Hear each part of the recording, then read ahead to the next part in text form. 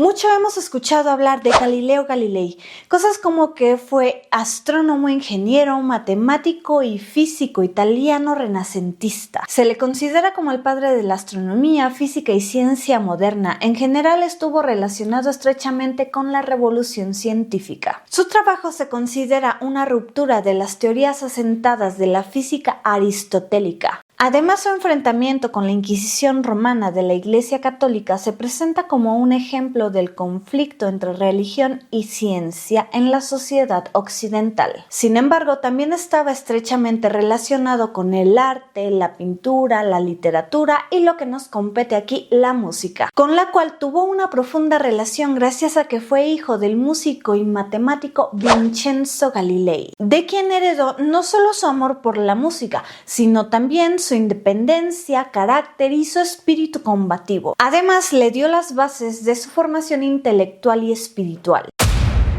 Así es, el día de hoy hablaremos del padre de la ciencia moderna, Vincenzo Galilei. Yo soy Gato Negro, te doy la bienvenida y te pido que me acompañes a lo largo de este video que te aseguro que será muy interesante. Vincenzo Galilei nació en 1520, era florentino y su familia fue una de las más ilustres de la ciudad. Sin embargo, cuando su familia decayó financieramente, se vio obligado a dedicarse al comercio, pero sin dejar la música. Dominaba el laúd, era un magnífico concertista, incluso de joven atrajo la atención de mecenas poderosos y bien relacionados. Fue una figura esencial en la vida musical del final del Renacimiento y contribuyó de forma significativa a la revolución musical que marca el principio del barroco. Como teórico de la música conoció a Josefo Zarlino, quien fue el más importante teórico de la música del siglo XVI. Coincidieron en Venecia y empezó a estudiar con él. Después comenzó a interesarse por la recuperación de la música y el teatro de la Grecia clásica y formó parte activa de la Academia o Camerata de Bardi, también conocida como Camerata Florentina, que básicamente era un grupo de poetas, músicos e intelectuales patrocinados por el conde Giovanni Bardi. Todo eso, y además era un gran conocedor de las lenguas clásicas y las matemáticas. Pero, ¿qué podría pasar si, por alguna razón que ignoramos, una persona liberara el 100% de su capacidad cerebral?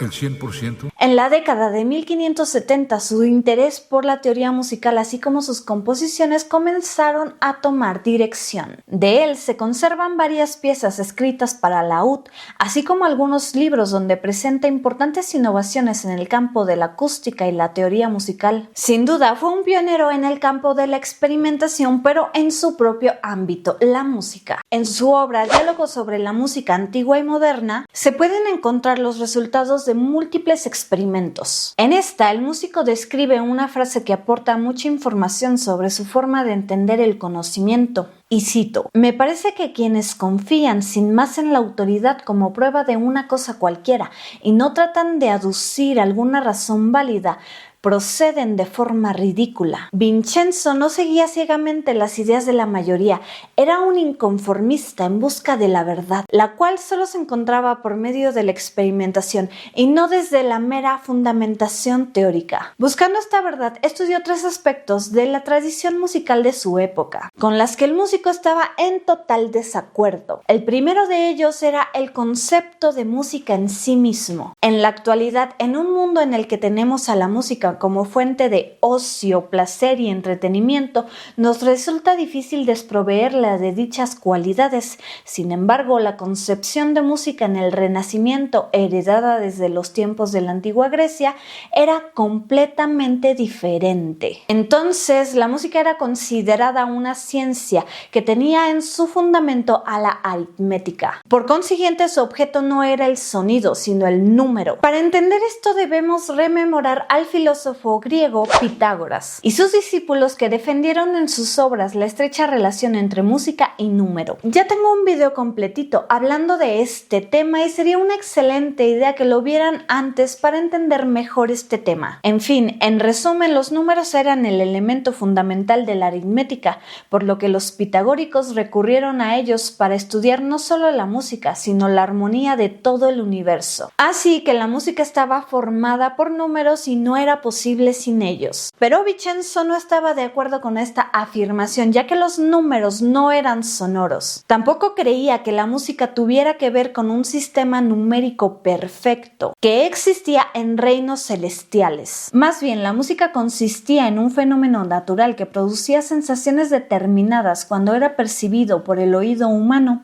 pero que no obstante era susceptible y debía ser estudiado mediante el número. Con este argumento se privó a la música del carácter casi divino que la había acompañado durante épocas anteriores. Ahora, gracias a la concepción de música como fenómeno matemático y a los experimentos realizados por Pitágoras con el sonido, surgió el primer sistema de afinación, que pues será la afinación natural o pitagórica, el cual se convertiría en el segundo concepto contra el que Vincenzo se rebeló. Pitágoras utilizó el monocordio para establecer dicho sistema de afinación. También se le conoce como temperamento. Con este se percató de que el sonido de una cuerda cambiaba dependiendo de la tensión, el grosor o de la longitud. Dividió la cuerda en 2 y obtuvo la octava. Al dividir la cuerda en 3 obtuvo una quinta y al dividir la cuerda en 4 resultó la cuarta. Observó entonces que estos sonidos eran armónicos y consonantes, es decir, agradables al oído. Posteriormente estableció otros sonidos intermedios que formaron la escala musical completa, lo cual surgió mediante el encadenamiento de distancias de quinta, hasta que el círculo en teoría se volvía a cerrar llegando de nuevo a la nota inicial, dando así origen a los 12 tonos que conforman la escala cromática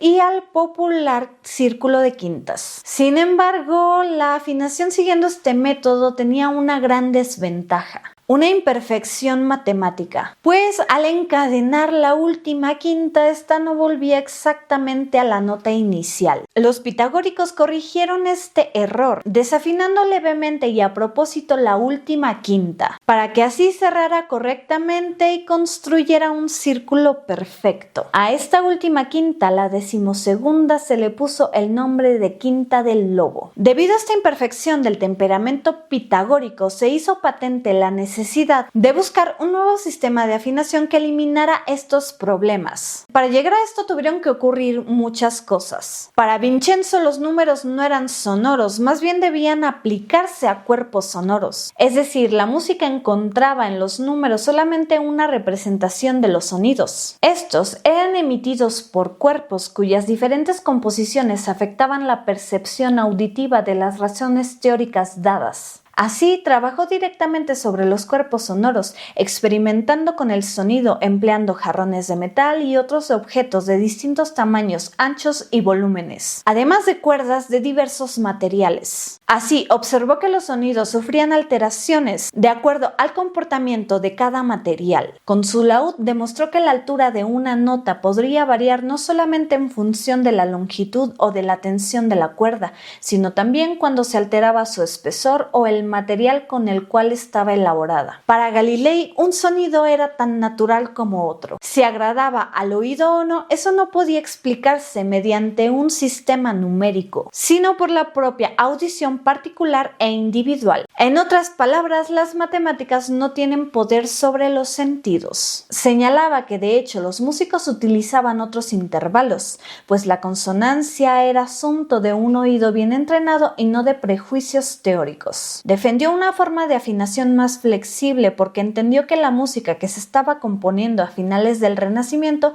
ya no funcionaba bien con el sistema estrictamente matemático heredado de Pitágoras. La afinación pitagórica estaba construida sobre proporciones perfectas, como la quinta, pero producía terceras muy grandes y poco agradables al oído. Y es que en esa época en la música se empezaba a dar más importancia a la armonía y a los acordes, especialmente a las terceras como base de la sonoridad. Por eso resultaba problemático. Entonces apoyó una afinación más práctica, en la que no todas las proporciones se mantenían puras desde el punto de vista matemático. En lugar de conservar cada intervalo con su relación numérica exacta, se aceptaba modificar ligeramente algunos de ellos. En particular, se reducían un poco ciertas quintas, para que las terceras resultantes fueran más pequeñas, y por consiguiente más consonantes y agradables al oído. La idea central era clara: sacrificar verificar una pequeña perfección matemática en algunos intervalos para ganar belleza sonora en los acordes más usados.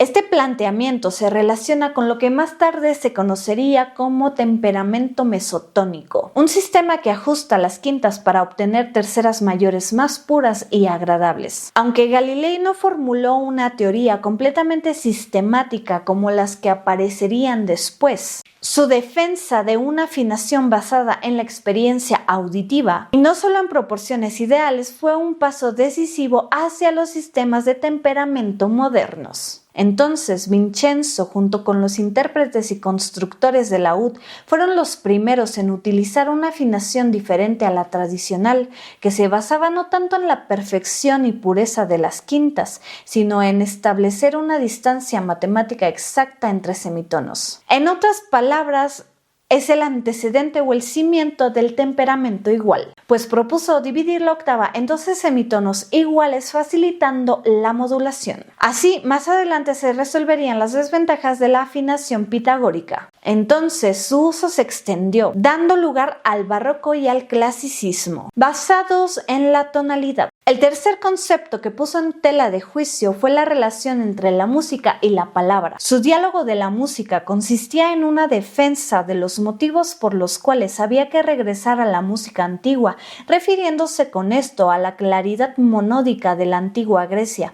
En su época, la polifonía ya se encontraba en una situación de declive. A ello había que sumarle el problema de la afinación pitagórica, que impedía que las texturas polifónicas llegaran a empastar cuando eran interpretadas por agrupaciones instrumentales, provocando sonoridades que no llegaban a agradar a los oyentes. Entonces, para él, el texto de una obra musical no debía de adaptarse a la música. Y esta idea fue de suma importancia, pues su adaptación progresiva acabaría dando origen a una nueva textura, la monodia acompañada, cuyo desarrollo acabaría desembocando en el surgimiento de la ópera alrededor del año 1600, hecho que al día de hoy identificamos con el inicio del periodo barroco. Además, la creación de la monodia acompañada no significó el fin de la polifonía, ya que, debido a su propuesta de dividir la octava en 12 semitonos iguales y el surgimiento de la tonalidad en el barroco, acabaría alcanzando su máximo desarrollo de la mano de compositores como Bach o Händel. Todas esas pequeñas revoluciones musicales de diferentes épocas fueron posibles gracias a autores inconformistas y buscadores de la verdad como Vincenzo Galilei y sus colegas de la Camerata Florentina. Sus experimentos e ideas innovadoras contribuyeron de forma decisiva a la evolución y el proceso de la música renacentista y de épocas posteriores. Sin embargo, como defiende la autora Carla Brumberg, por no pertenecer a ninguna corte, entidad religiosa o universidad,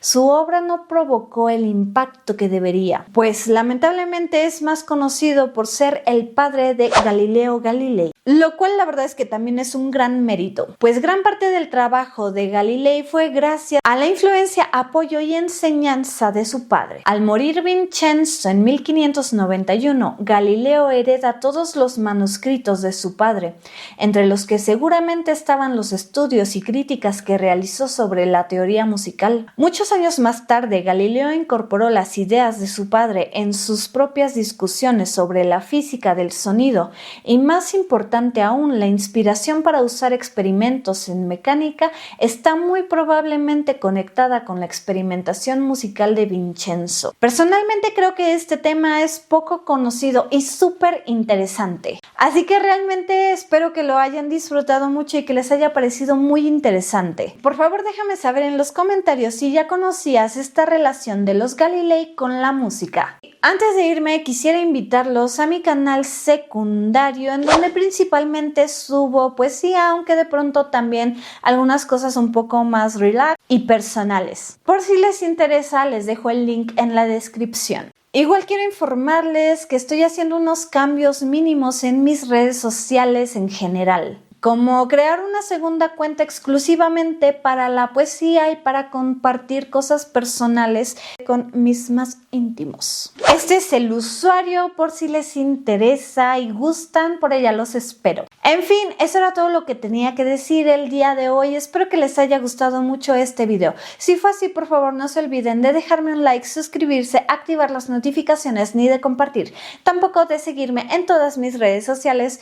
Se los agradecería mucho, sobre todo en Instagram, que es donde me mantengo un poquito más activa y podemos ser amiguitos. Nos vemos en un próximo video. Los saluda Gato Negro. Adiós.